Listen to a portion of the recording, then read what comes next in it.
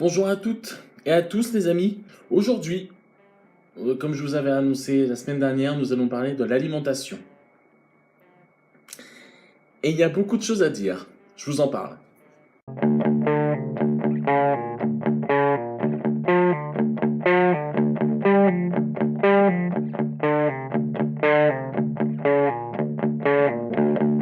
Dans cette catégorie-là, de facteurs favorisant les poussées du psoriasis, aujourd'hui je vous en parle que de deux.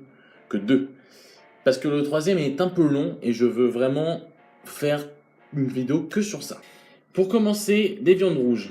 Petite parenthèse avant de vraiment commencer, ça sera la première fois que notre ami Daniel mettra ses petits commentaires de professionnels dans la description en dessous.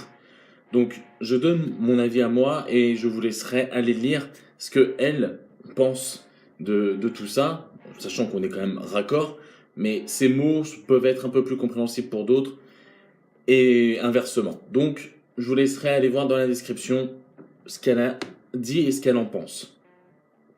Pour moi, bien sûr, et par rapport à mon expérience, les viandes rouges apportent une forte acidité au sang. Comme beaucoup d'entre nous, je pense en tout cas que nous mangeons beaucoup de viande rouge, un peu de viande blanche, ça doit être à peu près kiff-kiff, et très peu de poisson. Faut quand même...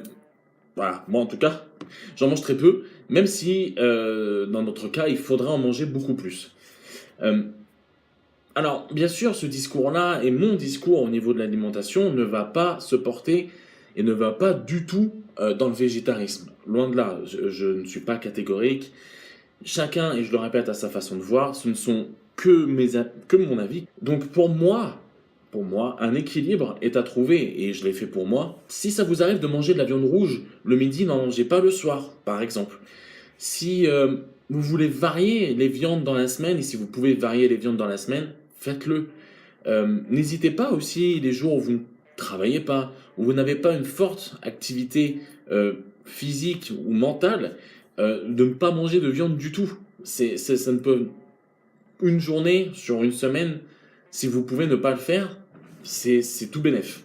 Essayez de limiter les fast-foods le soir, tard, des fois, la flemme de faire à manger, on passe devant le McDo, devant le Quick, et hop, et on s'est fait un fast-food. C'est pas forcément l'idéal, même si c'est essayons de l'éviter. Je continue avec quelque chose que en tant qu'adulte, on a du mal à se défaire, mais des fois on n'a pas le choix. Les produits laitiers. Pour ceux qui ne savent pas, le lait pour l'être humain doit être utilisé jusqu'à l'âge de 3 ans. C'est quand même bon à savoir. Donc c'est vrai qu'il est difficile en tant qu'adulte de faire sans, parce que le lait, ça a beaucoup de références de souvenirs d'enfance. Et malheureusement, de plus en plus de personnes ne supportent plus le lait et surtout le lactose qu'il contient. Que cela soit par le vieillissement des enzymes digestives ou justement un excès de glucides, le lait doit être consommé avec modération pour ceux qui n'ont pas encore justement de problème par rapport à ça. Donc ceux qui ont vraiment des difficultés avec le lait et qui sentent que le lait commence un peu à leur porter sur le foie et peut réveiller certains troubles, disons. Des substituts de lait, et j'en parlais, des substituts de lait, aussi bien pour la cuisine, donc, que la consommation seule, sont très efficaces, vraiment très très efficaces. Et même pour les yaourts, il y a vraiment des bons substituts, et il faut vraiment pas hésiter à aller vers les laits, les yaourts biologiques. Je pourrais, si vous le voulez, vous donner des marques de produits que je connais qui sont de très bonne qualité.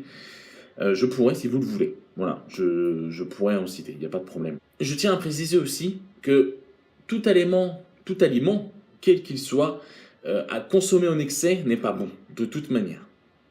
Et voilà, c'est la fin. Elle était un peu plus longue parce qu'il y avait 2 petits chapitres dedans quand même. Je finirai avec le 3e point des facteurs la semaine prochaine. Je vous laisserai un peu découvrir lequel. Pour certains, je pense que c'est une évidence. Pour d'autres, vous le verrez la semaine prochaine. N'hésitez pas, et bien sûr, allez voir ce qu'a écrit notre ami Daniel sur ce que moi j'ai dit. et son avis de professionnel sur ça. Je pense que beaucoup d'entre vous trouveront ça très intéressant et j'espère que ce que je viens de dire vous intéresse aussi. Sentez-vous vivant, à la semaine prochaine.